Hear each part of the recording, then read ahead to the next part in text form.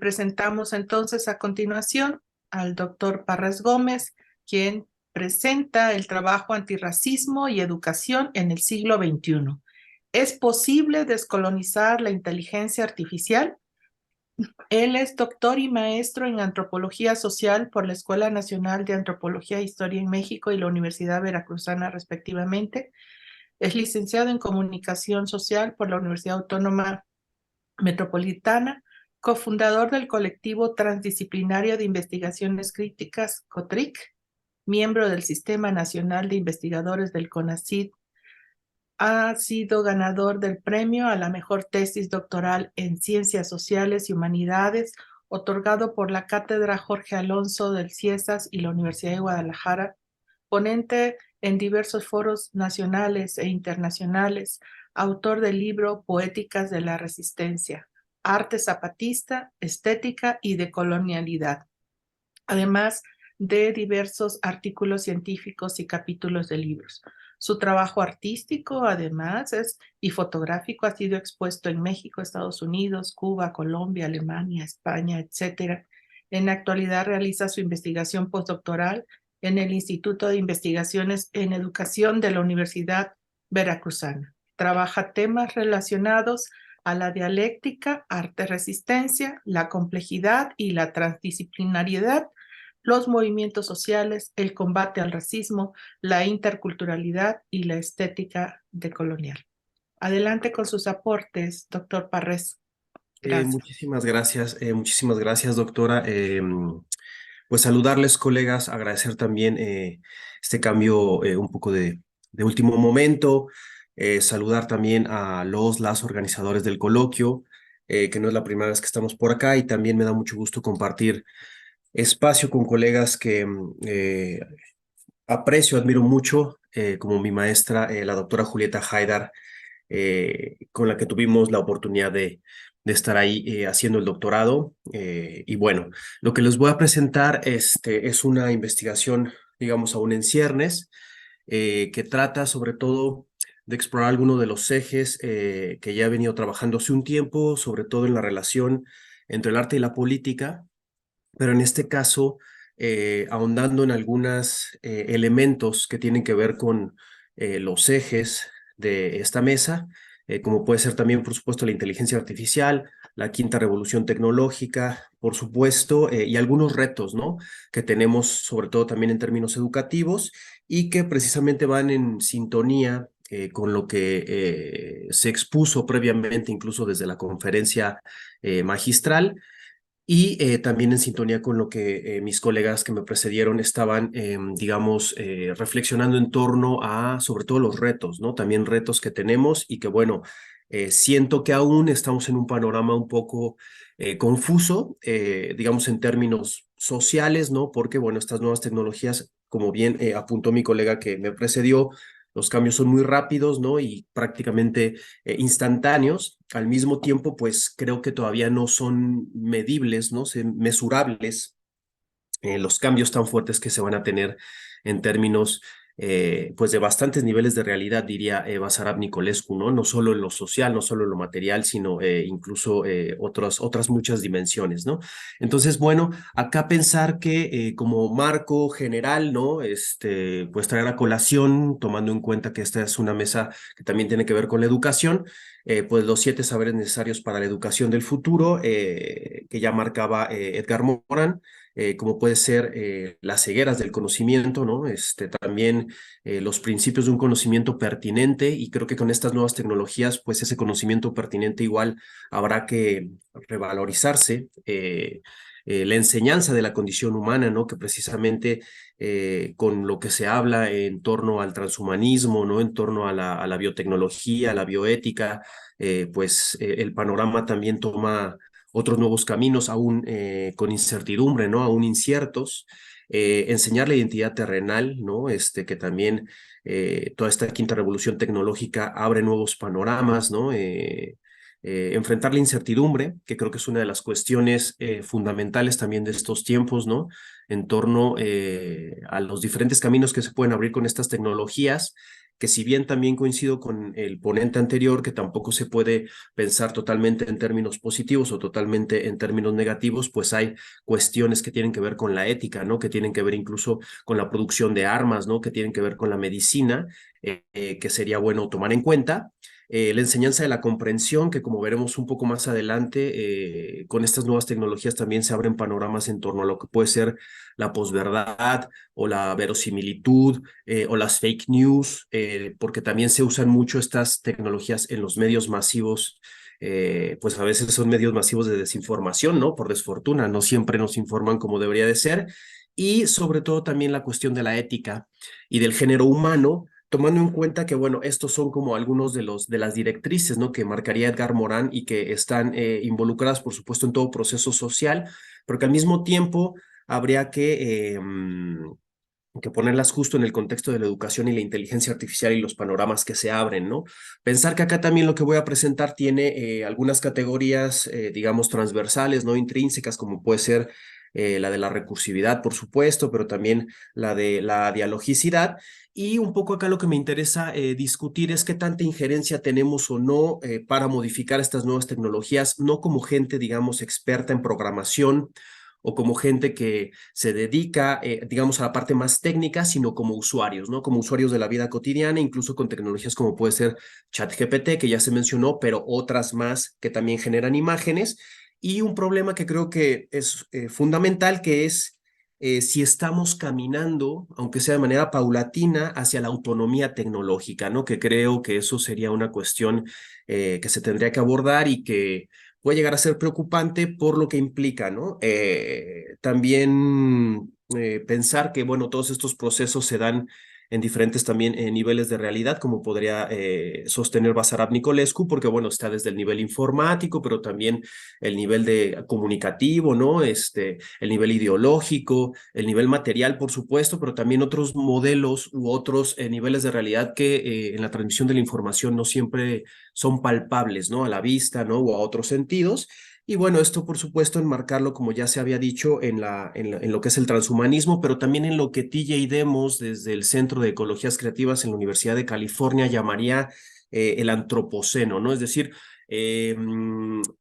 sé que el antropoceno puede tener una connotación en términos de categoría positivos o negativos. Yo la asumo más desde la parte, digamos, un poco negativa de lo que implica la categoría, en términos de decir que es la primera vez como etapa de la humanidad que tenemos la posibilidad de modificar el rumbo del planeta y no siempre va para bien, y la mayor injerencia sobre el medio ambiente, sobre el calentamiento global, sobre la contaminación, en este caso es humana, ¿no?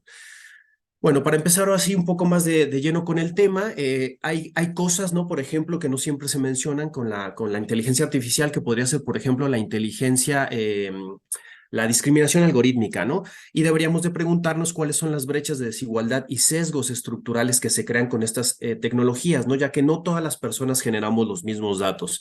Es decir, sobre todo, por ejemplo, poblaciones afrodescendientes o de pueblos originarios que estructuralmente se encuentran en condiciones de desventaja, o gente que vive sin acceso, por ejemplo, al Internet, o que le cuesta mucho trabajo más que las personas que vivimos en las ciudades accesar o acceder a Internet, pues no generan los mismos datos. Y esto, por ejemplo, es un screenshot de una película que de hecho se encuentra en Netflix, ahora perdí el nombre, pero es un sistema de los primeros sistemas de reconocimiento facial donde esta chica afrodescendiente, por su fenotipo, ¿no? Y por los sesgos con los que fue creada este tipo de inteligencia artificial para desbloquear el celular, y en este caso era un celular de Apple, es decir, una tecnología bastante masificada, de acuerdo a su tez de piel y digamos, a su fisionomía, el celular no reconocía su cara para desbloquear el teléfono, ¿no? A pesar de que tuviera algún tipo de gesticulación. Sin embargo, si se ponía una careta blanca, ¿no? Sin ningún tipo de expresión facial, entonces el celular sí reconocía los rasgos faciales, ¿no? Entonces, esto nos hace pensar también en los sesgos raciales, en los sesgos incluso de clase, ¿no? En los sesgos étnicos, ¿no? Con lo que se construyen estas tecnologías. Por eso digo, no todas las personas generamos los mismos datos, Y bueno, hay procesos sí algorítmicos que se utilizan para automatizar o ayudar en la toma de decisiones. Sin embargo, esto también puede producir resultados discriminatorios. Sin embargo, en términos precisamente de recursividad y de dialogicidad, podemos ver que esto no es del todo lineal, sino que como usuarios podemos tener injerencia en estas tecnologías también, ¿no? Acá, por ejemplo, también presento un caso de una chatbot que se llamó Tai, y esta, bueno, es una nota de la BBC News, ¿no? Que decía, la robot racista y xenófoba en Microsoft, porque, bueno, hay que pensar que este tipo de inteligencia artificial es un reflejo de la humanidad, a fin de cuentas, ¿no? La creamos, decidimos los datos con los que se va a alimentar, decidimos las reglas con las que va a funcionar, y en ese sentido también refleja nuestros prejuicios y nuestros propios sesgos, ¿no? Digamos, con este argumento, quisiera decir que estas tecnologías se alimentan de perspectivas de pasado, es decir, ya de datos previos, por lo menos en el momento, y no de perspectivas del futuro, no en términos del tiempo, ya que si reflejamos discriminación es como se va a proyectar también a través del lenguaje. Y en el caso de esta chatbot racista, lo que pasaba es que hubo años, ¿no? La empresa, en este caso Microsoft, dedicándose a entrenar este tipo de chat automatizado, y lo soltaron en Twitter, y no pasó más de un par de horas en que esta tecnología, de acuerdo a los comentarios que recuperaba de la red social, empezara a ser xenófoba, empezar a ser sumamente machista, ¿no? Discriminatoria hacia grupos étnicos específicos, etcétera, etcétera, tanto que la tuvieron que dar de baja de manera muy rápida, ¿no? Estos son algunos otros ejemplos, por ejemplo, de discriminación algorítmica, y eso, bueno, es un ejercicio que les invito a hacer, ¿no? Por ejemplo, en los buscadores más comunes, como puede ser Google, si buscamos persona feliz, pues evidentemente estas personas van a considerarse como de manera muy restringida en términos estéticos, a lo que remitiría a la estética occidental eurocentrada, es decir, principalmente hombres blancos, ¿no? Occidentales, eurocentrados. Sí, hay representación de mujeres, pero realmente la diversidad en términos étnicos no se ve reflejada, ¿no? Entonces, eso nos hace también pensar cómo están construidas estas bases a nivel global, ¿no? Algunos datos, ¿no? Por ejemplo, que también nos hacen pensar en este tipo de sesgos, ¿no? En las tecnologías es cuál sería, por ejemplo, la perspectiva de los derechos humanos, ¿no? Y bueno, pensar que solo el 22% de las profesionales que se dedican a trabajar, digamos, en términos técnicos en estas tecnologías son mujeres, pero al mismo tiempo, digamos, hay otras ventajas, ¿no? Que muchísimos estudiantes se pueden, específicamente, por ejemplo, de educación secundaria, se pueden beneficiar de estas tecnologías. Pero por otro lado, pensar que también la extracción de datos, es decir, lo que se llama la minería de datos, cómo funcionan todas estas tecnologías, consumen casi el 10% de la energía a nivel mundial, es decir, son sumamente contaminantes aunque no lo veamos.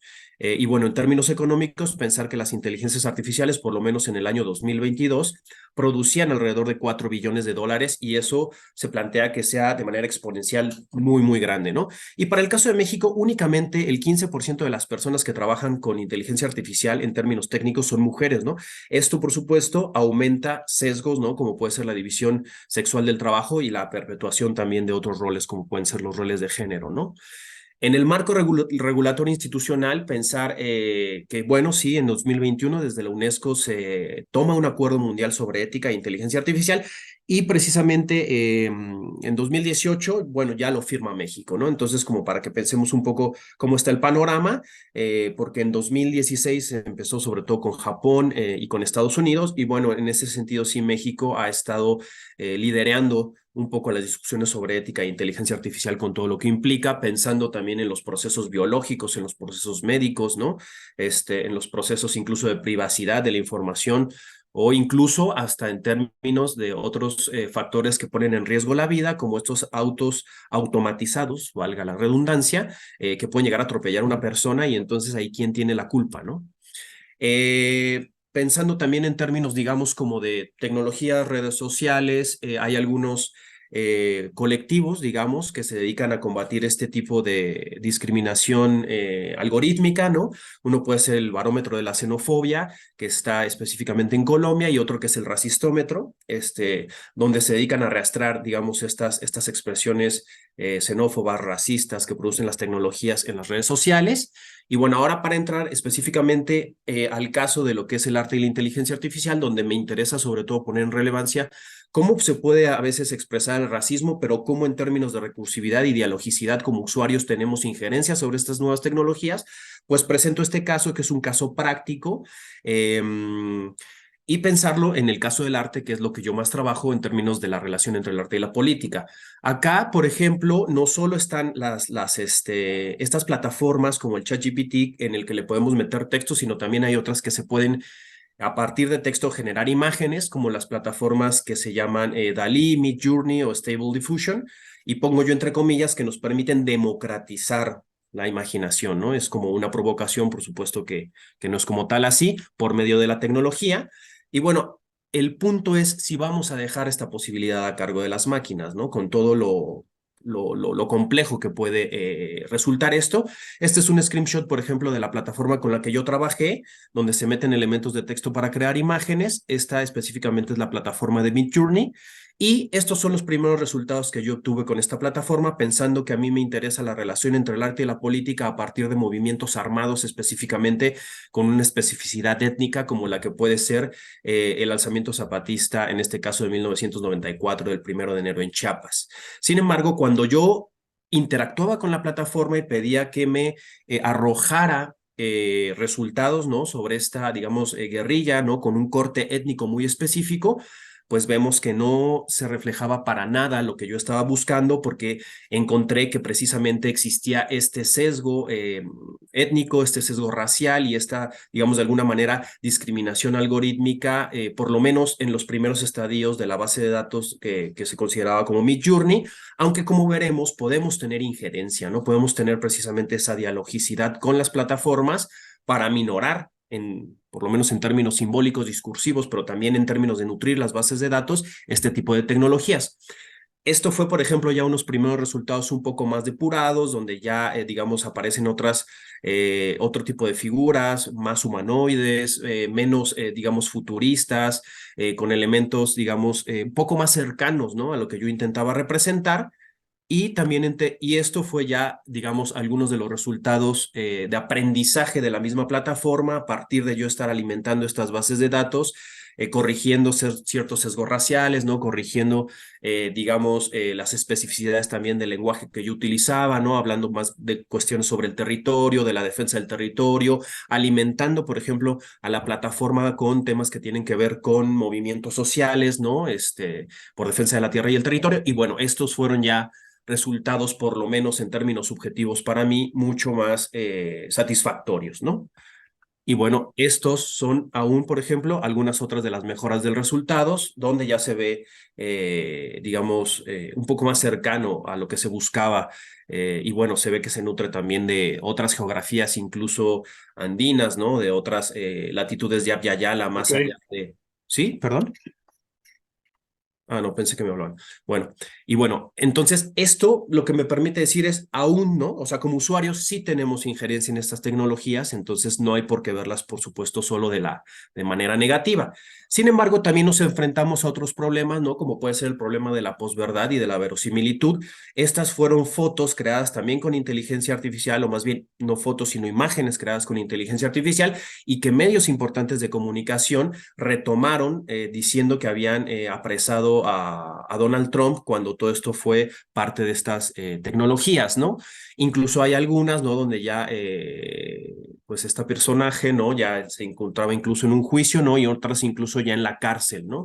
Lo que nos lleva a pensar que, bueno, estas tecnologías también se tienen que cuidar y tratar, ¿no? Con cierta ética porque, por ejemplo, así como también existen las impresoras 3D, pues con esas mismas impresoras 3D ahora se está experimentando para imprimir, por ejemplo, órganos y salvar muchas vidas, pero esas mismas impresoras 3D pueden servir para imprimir armas, ¿no? Entonces, ahí como que la condición humana, ¿no? De la que nos habla Morán y la ética tienen que estar sumamente presentes, que por desgracia en estos tiempos tan convulsos de la humanidad, pues hace mucha falta, ¿no?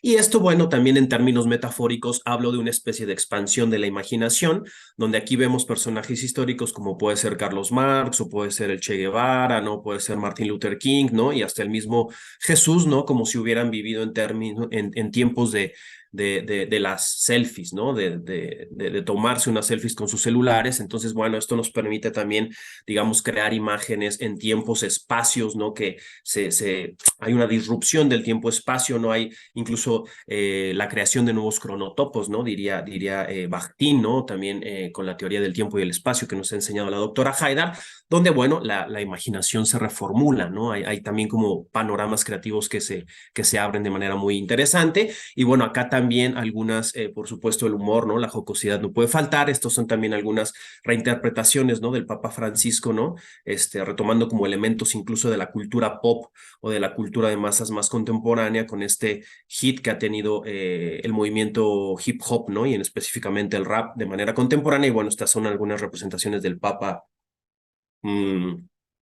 digamos, hechas por usuarios de estas plataformas. Al mismo tiempo, ya casi para ir cerrando, tenemos estos nuevos usos de la inteligencia artificial que también nos representan dudas, ¿no? Por lo menos, por ejemplo, ya hay canales, ¿no? Como NewsGPT, donde ChatGPT, por ejemplo, dice Alan Levy, CEO de esta empresa, es una publicación de un blog oficial y dice él, durante demasiado tiempo los canales de noticias han estado plagados de sesgos e informes subjetivos. Con NewsGPT podemos ofrecerles a los espectadores los hechos y la verdad y apunta sin agendas ocultas ni sesgos, ¿no? Cosa que yo creo que es totalmente falsa. O sea, como se mostró en un inicio, la ideología aquí está presente, ¿no? Los prejuicios están presentes, ¿no? El sexismo, el clasismo, el heteropatriarcado, incluso la colonialidad en términos estéticos está presente.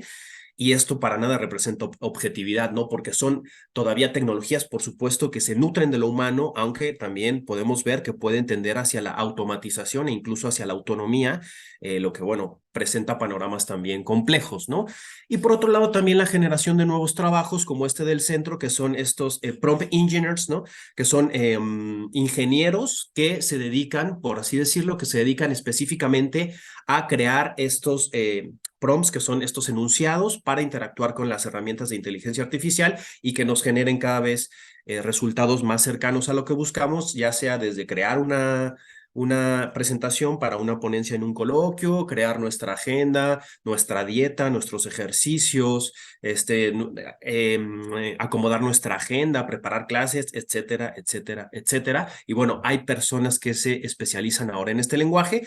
Y por el otro lado, también en términos de la docencia, ¿no? Y de la educación, que es uno de los ejes de esta mesa, bueno, aquí pone, es como también una especie de publicidad, pero bueno, 5 formas en las que se puede ayudar ChatGPT si eres docente, ¿no? Que una puede ser soluciones a problemas simples, como si fuera una calculadora, analizar la veracidad de las fuentes usadas en un documento, el análisis crítico de las respuestas de los y las estudiantes a partir de la inteligencia artificial. También permite hacer clases didácticas y análisis de información. Y bueno, puede ayudar también con lluvias de ideas con temas nuevos, ¿no? Algunos de los retos próximos, casi ya cerrando, es la penúltima lámina.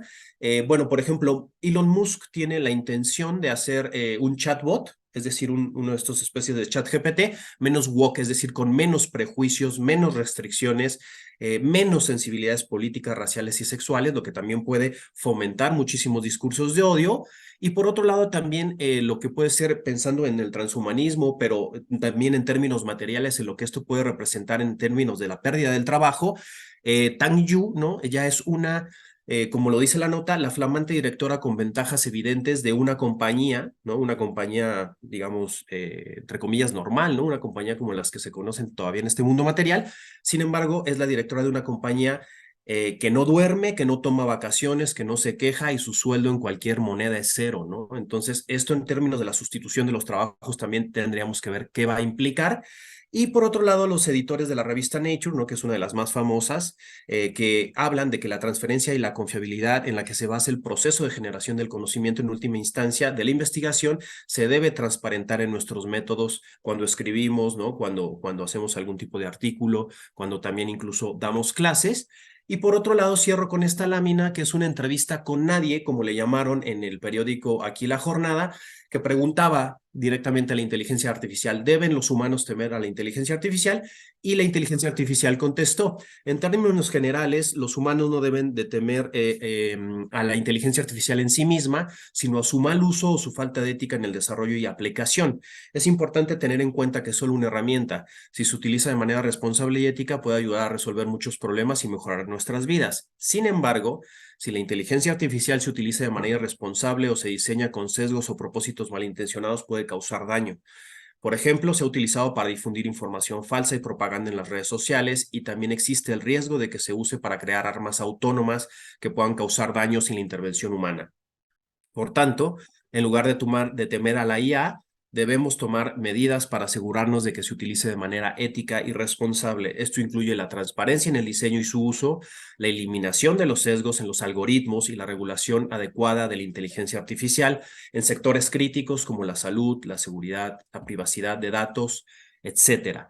Y bueno, cierro con esto un poco de bibliografía en torno al tema. Y sobre todo, bueno, pensar que pues se vienen varios retos, ¿no? Por un lado, tampoco sirve mucho evadir, ¿no? Como evadirnos de la realidad o de las diferentes realidades en términos actuales, ¿no? Porque pues estas tecnologías ya están aquí y es mejor también aprenderlas a utilizar, pensar qué retos nos traen en términos educativos, qué ventajas también pueden ofrecer, porque también la realidad es que son muy funcionales. ¿Qué injerencia podemos tener en las plataformas, como se vio en el caso específicamente del arte? Pero también qué peligros traen consigo, ¿no? Tomando en cuenta sobre todo su uso en condiciones no muy éticas, ¿no? Y bueno, sería todo por mi parte. Muchas gracias. Muchas gracias, muchas gracias. Abrimos, por favor, a preguntas, comentarios muy específicas, dos participaciones. Sí, sí, por favor, Pedro Guevara. Adelante, adelante, doctor Guevara. Sí, bueno, pues igual que todos los demás colegas, mi reconocimiento y mi felicitación, y me dio mucho gusto en la primera lámina sobre los algoritmos y la discriminación, porque en ese sentido iba mi pregunta, la pregunta que había hecho con anterioridad, y solamente comentar también que hay un artículo que no tiene mucho, también en la jornada, no tiene más que, no sé, un mes, un par de meses, no sé, que se llama La mente piensa con ideas, no con información. Y en una entrevista reciente que remite Raúl Civechi, dice que en reciente entrevista el filósofo alemán nacido en Corea del Sur, Byung-Chul Han, señala que estamos muy bien informados, pero de alguna manera no podemos orientarnos. Y bueno, pues él también plantea algunos argumentos sobre las consecuencias sociales de la sobreinformación que ya de alguna manera se han mencionado, que padecemos y que ya habían sido analizadas en su libro que se llama Infrocracia, publicado un año antes. Entonces sí me gustaría que a la luz de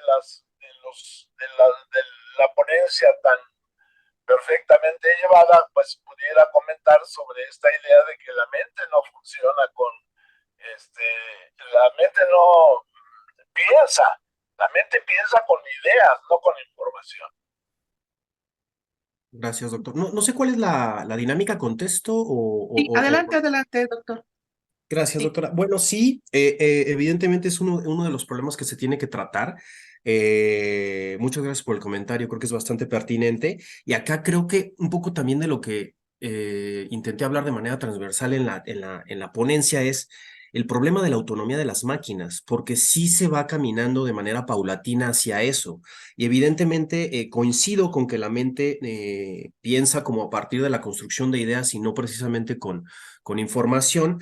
Pero pensemos que este tipo de tecnologías se nutren a partir de lo que se llama el deep learning, que es el conocimiento como profundo, ¿no? Con bases de datos que se van alimentando, como se mostró en términos, digamos, amplios de otras bases de datos que ya están en Internet. pero también se camina hacia lo que es el machine learning, que es el aprendizaje de estas máquinas, digamos que generan códigos, ¿no? A fin de cuentas son códigos informacionales, ¿no? Pero que a veces ya también se nutren como de autorreferencias, es decir, ya no solo son operaciones en términos algorítmicos en los cuales las máquinas pueden o no depender de lo humano, sino que también se está llegando hacia esa autonomía en la cual la máquina se responde a sí misma y entonces empiezan a generar otro tipo de respuestas que evidentemente no serían para nada comparables con la mente humana, por lo menos por el momento, y que no serían ideas aisladas, pero que sí tienden a generar una especie de construcción ya de un lenguaje que se puede acercar a las ideas, ¿no? Ese es un poco acá el debate, precisamente en torno hacia la autonomización de las máquinas, que eso, bueno, por lo mismo, pienso ahí que la cuestión ética está pendiente, porque sí, como yo decía, con estas máquinas se pueden imprimir órganos y salvar muchas vidas, pero también se pueden imprimir armas, ¿no?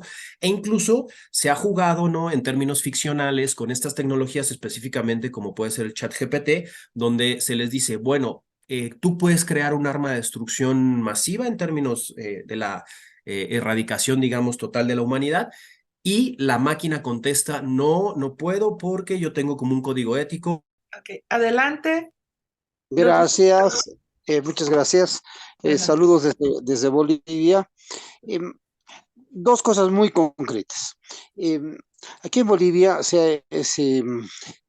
de manera muy rápida, ya está descontrolada, hay la generación de iniciativas sobre desarrollo de aplicaciones de jóvenes en distintos temas. No sé si conoce, doctor, iniciativas en su país o en América Latina sobre aplicaciones decoloniales. ¿Existe o no existe? ¿Tiene noticias al respecto o nada? Gracias. Gracias, doctor. Precisamente por eso ahí va un poco, y quizás se me olvidó como enfatizarlo más, el título de la ponencia, ¿no? De si es posible descolonizar la inteligencia artificial, porque cuando yo empiezo a trabajar específicamente con las plataformas como pueden ser Stable Diffusion, Midjourney o DALL-E, pues los sesgos raciales, específicamente raciales, étnicos, eran muy fuertes, ¿no? Sin embargo, después de 3 meses de trabajo con la plataforma, vemos que los personajes, ¿no? En este caso todavía como ficcionales, imaginarios, digitales, ¿no? Que arrojaba la plataforma, ya tenían otras características, ¿no? Incluso más específicamente de movimientos de pueblos originarios que defienden el territorio, en el caso específico de Chiapas. Entonces, sí creo que por eso esa manera de pregunta, ¿es posible descolonizar la inteligencia artificial? Yo creo que sí se puede, ¿no? Pero también requiere de un esfuerzo colectivo grande. Y a esto iba con que estos experimentos que yo empecé a hacer con estas plataformas, que duraron, bueno, a la fecha ya lleva más de un año, empezaron primero por la curiosidad, ¿no? Que creo que es lo que mueve todas nuestras investigaciones, pero después empezó ya en un proceso, no sé si llamarlo de profesionalización, pero tomarlo un poco más en serio, ¿no? Incluso ahora compartiéndolo con ustedes, pero este proceso de creación de imágenes, específicamente teniendo el tema de la decolonialidad, terminaron con que estas piezas que hice fueron expuestas en una exposición en Corea del Sur y también en una exposición en Estados Unidos, que precisamente el tema era 530 años después de la invasión, arte e inteligencia artificial y procesos de descolonización, ¿no? Entonces, esa sería, digamos, como la iniciativa más concreta que conozco, pero sé que entre el entrecruce entre la imaginación, las máquinas y también los procesos de resistencia, como puede ser la descolonización, pues no es algo reciente. Entonces, estoy seguro que también cada vez va a haber más iniciativas que hagan este entrecruce para tener injerencia y pues que bueno, tampoco nos lleve la trampa, ¿no? Ahí de las tecnologías y las usemos de la manera más afortunada posible. Muchas gracias, doctor Parrés.